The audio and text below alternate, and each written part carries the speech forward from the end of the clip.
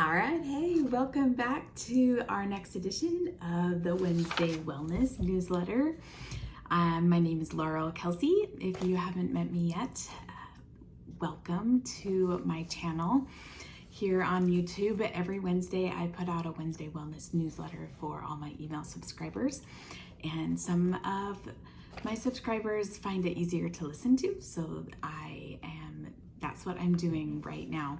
If you don't know who I am, I'm a functional nutrition counselor and a trauma-informed movement specialist. And I really specialize in helping people with chronic illnesses, whether that's physical or mental, to be able to take back control of their health by addressing the things that are in control, your lifestyle habits, the food that you eat, looking at your gut health, the trauma that maybe you haven't addressed, and helping your body to process through that. So those are things that I do. And work right now, I only work privately, one-on-one with clients, and maybe in the future I'll have programs, but at the moment I'm just enjoying working one-on-one privately with my clients. And if you are not already on my email list and you would love to be, I have a free gift for you, and that will put you straight onto my email list. I have written a book that I would love to give away to you. It's a free, my top 10 best recommendations for decreasing stress and improving your mental health. And I will drop the link below in the notes. So if that's something that you're interested in and you want to grab more of the information that's in the newsletter besides just hearing me today, then that's where you can go. All right, let's jump right in. How this works is I'm basically just reading the newsletter, and the only thing that you're missing if you're here with me right now is that just any pictures and links that I might be dropping in. But I'll try to add as many links as I can in the show notes. Okay, so today we are going to be talking about the gut-brain axis and your bowels. I know, very fun topic, right? So let me just, you can see here's the newsletter. So I'm just coming right on down here to see where we can get started. Oh yes, okay. So this last month, as many of you know, I've been helping my son get ready to move out and start college. Super fun, exciting. This is a brand new type of thing for me to experience. I've never dropped anyone off at college before. Last week was the drop-off week. I have been noticing over the last month that my digestive system was becoming more and more unpredictable, and much more unpredictable than normal. And normal for me, just so you know, is very satisfying bowel movements at least 1 to 3 times per day, as it should be for optimal digestive health. And as you'll come to know, the more you follow me, I am not afraid to talk about bowel movements because that's really important to figuring out what is going on with your health. So that you know, this has not always been the case for me. I've worked really hard the last couple of years to work on supporting and healing up my digestive gut lining, the mucosal lining. And this is after I started to understand how closely my gut health was connected to inflammation and leaky gut and trauma, and how that was connected to my Hashimoto's and my food allergy symptoms. So it has become really important to me. So with that being said, it has been a long time since I've had any digestive issues, daily digestive issues for sure, but this has not been the case for the last month. And so you can imagine that's quite concerning to me. And I have not been able to put my finger on why in the world I have been having these digestive problems until just about 3 days ago. So let me see here. I don't want to get ahead and add extra things that are not in my newsletter. So 3 days ago. So there's been many things that have been aggravating me. Different foods, my sugar cravings have gone up, which that's kind of unnormal for me to have sugar cravings now. And I've definitely been fluctuating all over the board between constipation and diarrhea. I mean, talk about just really uncomfortable in my digestive system. I don't know, tell me, have you ever felt this way where your digestive system is really off and it's really, really upsetting you? So when this started to happen for me, now what happens is I start to get curious. I go into curiosity mode, like what's going on? And so this is what's going on in my head when that happens now. I start thinking, okay, what has changed for me? What's going on in my life? Am I mismanaging my stress anywhere? Am I eating foods that I know trigger me and for some reason I've decided to eat them? Am I staying up too late? I start to ask all these type of questions because as a functional nutrition counselor and as a trauma-informed movement specialist, now I know that it's more important than anything else to start hunting down why, what's going on, not chasing just the symptoms, because what I have found out is everything matters and everything is connected.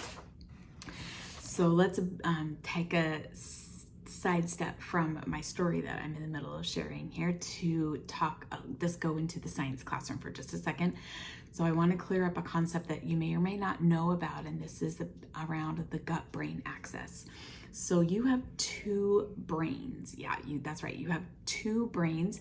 Your first brain is in your head and your second brain is in your gut. Your brains stem from the same clump of cells when you were growing as a fetus inside your mama. And they are connected by the biggest nerve in your body, nerve system in your body. This is the vagus nerve.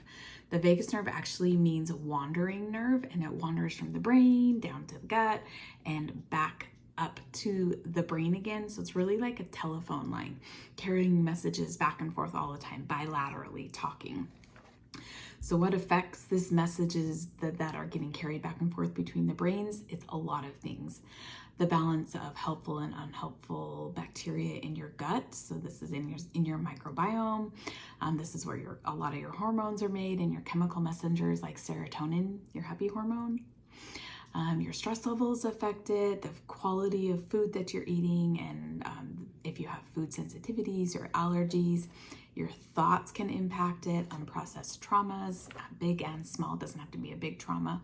Your hydration levels, your sleep quality. There's a lot of things that impact this communication back and forth.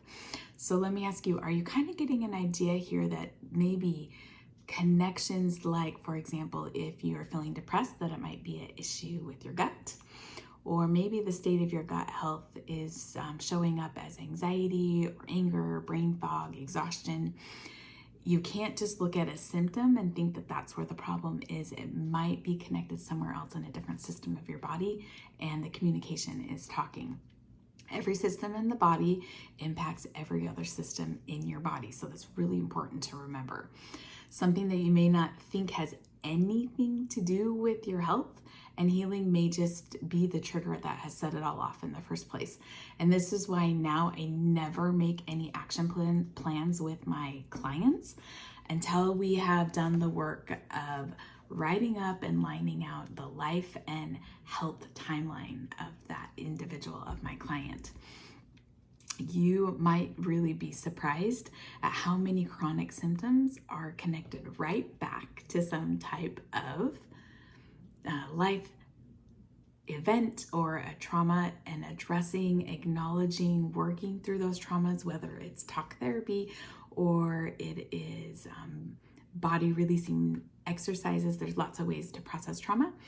And if you can allow yourself to do that, often you will find that you welcome that healing into your body, and the process gets going a lot faster.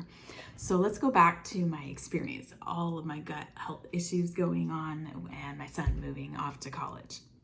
Okay, the closer that I got to dropping my son off to college, obviously I think it's pretty normal that anxiety levels start to increase, and also so did my diarrhea, my bowel problems. So this isn't surprising when we understand that the two brains are so closely connected, our brain and our gut. But at this, over the last month, I haven't been thinking about this connection at all. And I was definitely, I think this makes us human, and I think a lot of us do this, is I was trying to push away the anxiety of the whole situation going on, about leaving him, and I really wasn't allowing my emotions to flow through and move out. I was really just kind of trapping them down. So what I wasn't prepared for, though, was what came up for me.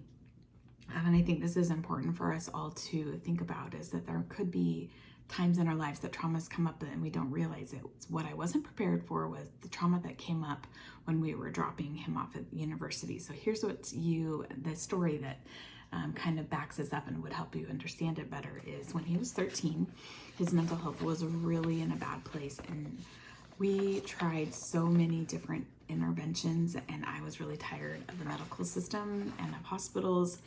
We were just not getting answers, and we decided to try wilderness therapy. So the drop-off day was very traumatic for all of us. We arrived, signed legal papers so that this therapy program would take over care for him, basically.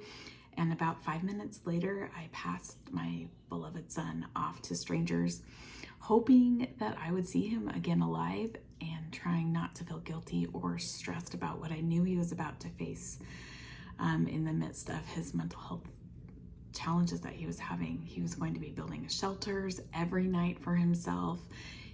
He would have to make his own food, build his own fires, keep himself warm, and he really had to just step up and take care of himself.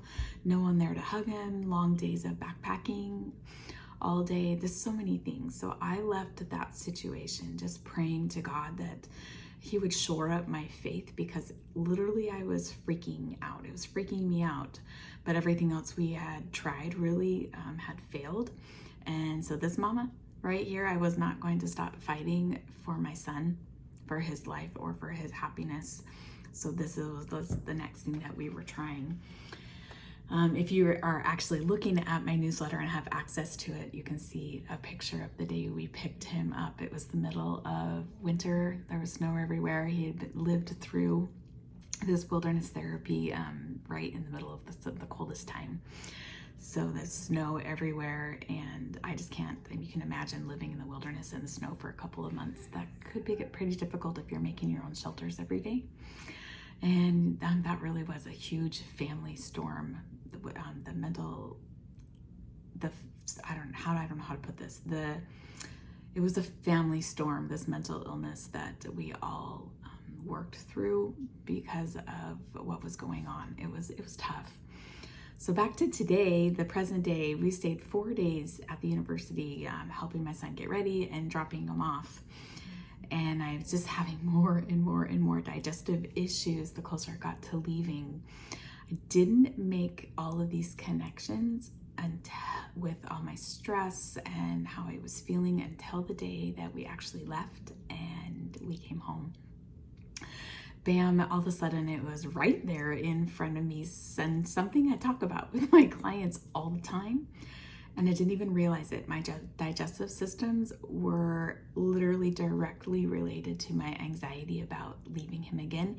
Even though this time the situation was very different, it was still a similar situation in that I was dropping him off and leaving him. And I didn't realize that there was some trauma that I still had not processed and worked through.